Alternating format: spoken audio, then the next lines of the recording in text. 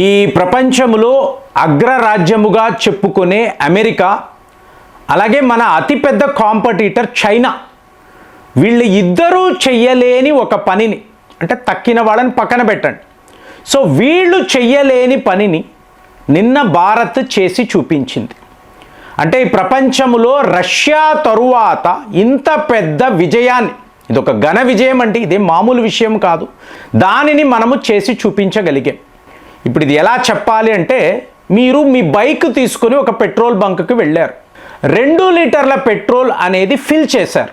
So దారిలో వెళుతున్నారు, ప్రయాణము దారిలో వెళుతున్నారు, సడన్గా ఇప్పుడు ఈ 2 లీటర్లు 3 లీటర్లుగా మారితే, కన్వర్ట్ అయితే జరుగుతుందా? ఇంపాసిబుల్, తగ్గుతుంది కదండి. అలాగే మీరు వంటగదిలో ఒక పాత్ర, అందులో నూనె పోసారండి, తిరిగి వచ్చి చూస్తున్నారు ఈ నూనె 2 అయితే, ఇదంతా జరుగుతుందా? జరగదు. కానీ అదే ఒక న్యూక్లియర్ ప్రోగ్రామ్ అన్నారు అనుకోండి, ఇక్కడ ఇది సాధ్యం. సో దీనినే మనము సాధించాం.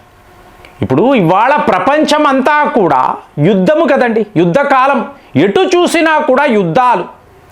అలాంటప్పుడు అమెరికా వాడు ఈరాన్పై అణువస్త్రము వాడతాడా? ట్రంప్ చెప్తున్నాడు కదా, అవసరమైతే మేము న్యూక్లియర్ బాంబు కూడా ఈరాన్పై వాడతాము, ఓపెన్గా చెప్తున్నాడు కదా.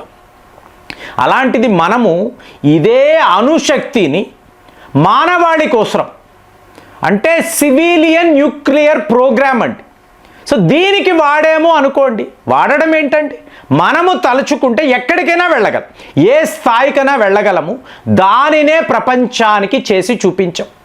అంటే వీళ్ళు చెప్తున్న ఈ P5 అని అంటారు కదా, సో అందులో ఈ 3 దేశాలు, వీళ్ళని పక్కన పెట్టండి, యూకే, ఫ్రాన్స్ లాంటి అడ్వాన్స్డ్ కంట్రీస్ దీనిని ఊహించనే లేరండి. మరి ఇవాళ వరకు అమెరికానో చైనానో చేయలేకపోయారు. రష్యా చేసింది, తరువాత భారత్ మాత్రమే ఇంత ఒక అచీవ్మెంట్ని సాధించి చూపించారు. ఇప్పుడు మీకు హోమీ బాబా ఈ పేరు మీరు వినే ఉంటారు, మహానుభావుడు. ఎంతలాగా ఆయన ఊహించాడు అంటే, భారత్లో ఈ థోరియం అంటారండి, థోరియం అనేది 5 లక్షల టన్నులు దొరుకుతుంది మన భారత్లో, థోరియం దొరుకుతుంది. కాబట్టి వీళ్ళు మాట్లాడుతున్న యురేనియం న్యూక్లియర్ ప్రోగ్రామ్ మనకు అవసరము లేదు, మనము అటువైపు వెళ్ళకూడదు. ఎప్పుడు 1960sలోనే ఈయన మాట్లాడాడు అంటే, ఈయన విజన్ని ఊహించాడు. గొప్ప గొప్ప శాస్త్రవేత్తలు ఉన్నారు కదండి, సతీష్ ధవన్ అంటాము, మనము అబ్దుల్ కలాం గారి గురించి మాట్లాడతాము, నంబి నారాయణన్ గురించి, ఇవన్నీ మాట్లాడతాం కదండి. కానీ ఆయన ఊహ చూడండి, 5 లక్షల టన్నులు భారత్లోనే ఈ థోరియం దొరికినప్పుడు మనము వేరే పరిశోధనలు చేయాల్సిన అవసరము లేదు. అంటే ఏంటి?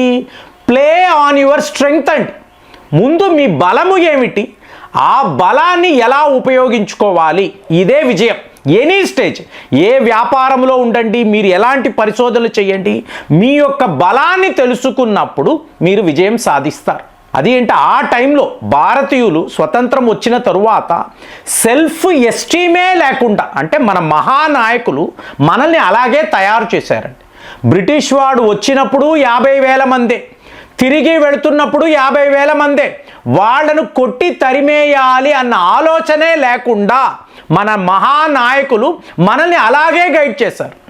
వాళ్ళను గౌరవించాలి, సో వాళ్ళు ఏం చెప్తే అదే వినాలి, వాళ్ళ మాటలే మన శాసనం, ఇలా చేసిన నాయకులు ఇక్కడ ఉన్నారు కదా. మాలాంటి వాళ్ళం కాలేజీ చదువుతున్నప్పుడు ఒక ఆంగ్లో ఇండియన్ స్టూడెంట్ కనిపిస్తే వాడు ఏదో హీరోలా చూసేవాడు, కలర్. సో వాడు ఏం చెప్పినా ఏం చేసినా కరెక్ట్ అనేవాడు. అలాంటి ఒక మైండ్ సెట్ ఇవాళ మారిపోయిందండి. ఇవాళ మనము ఈ వెస్టర్న్ దేశాలు, వాళ్ళ యొక్క థింక్ ట్యాంక్, వాళ్ళ శాస్త్రవేత్తలు, ఇంజనీర్లు, వాళ్ళకి పోటీ పడుతున్నాం. పోటీ పడ్డం ఏంటి, అండర్స్టాండింగ్ అన్నప్పుడు వాళ్ళకన్నా మనదే బెటర్గా ఉంది కాబట్టి ఇంత డిమాండ్ కదండి. సో ఇప్పుడు మనం ఏం చేసాం, ఇప్పుడు తమిళనాడులో, చెన్నైలో ఉన్న వాళ్ళు కల్పాకం పేరు వినే ఉంటారు కదండి. ఇక్కడ ఈ కల్పాకంలో మీకు న్యూక్లియర్ స్టేషన్ ఉందండి. దీనినే మెడ్రాస్ అటామిక్ ఎనర్జీ సెంటర్ అని కూడా అంటారు. ఇక్కడ ఒక అద్భుతాన్ని మన వాళ్ళు సృష్టించారు. మీకు అది ఏమిటి అంటే చూడండి, జనరల్గా మనకు 3 స్టేజ్ న్యూక్లియర్ ప్రోగ్రామ్ అని అంటారండి. ఇది కూడా మీకు హోమీ బాబా ఇచ్చిన విజన్ అండి. 3 స్టేజెస్లో మన న్యూక్లియర్ ప్రోగ్రామ్ ఉండాలి. అంటే అణు అస్త్రాల వేరండి. ఇవాళ మనం తలుచుకుంటే ఎన్ని వందల న్యూక్లియర్ వెపన్స్ తయారు చేయొచ్చు, మనకు ఆ కెపాసిటీ ఉంది. చెప్తున్నా కదా 2030 వచ్చే నాటికి మీ దగ్గర 200+ న్యూక్లియర్ వెపన్స్ ఉంటాయి. ఏ దేశము కూడా ఇంకొక దేశం మీద ఇన్ని అస్త్రాలు వాడరు కదా. ఇది రష్యా అనండి, అమెరికా వాళ్ళ మ్యాడ్నెస్. సో నా దగ్గర ఇన్ని వేల న్యూక్లియర్ వెపన్స్ ఉన్నాయి, లేదు నేను ఇన్ని న్యూక్లియర్ వెపన్స్ తయారు చేసి పెట్టుకున్నాను, జస్ట్ మ్యాడ్నెస్ అంతే తప్ప ఎవరు వెళ్ళి ఇంకొక దేశం మీద 10 న్యూక్లియర్ బాంబులు 15 న్యూక్లియర్ బాంబులు వాడరు కదా. అది వినాశనం అయిపోతుంది, అక్కడితో మానవ జాతి క్లోజ్. సో అలా కాదు, మనము ఈ న్యూక్లియర్ ఎనర్జీని మీకు మానవాళి కోసం, ఇప్పుడు ఇది ఏంటండి, ఇప్పుడు మీ యొక్క కరెంటు బిల్ సమ్మర్ కదా ఒక 3000 వచ్చింది, చాలా ఎక్కువే.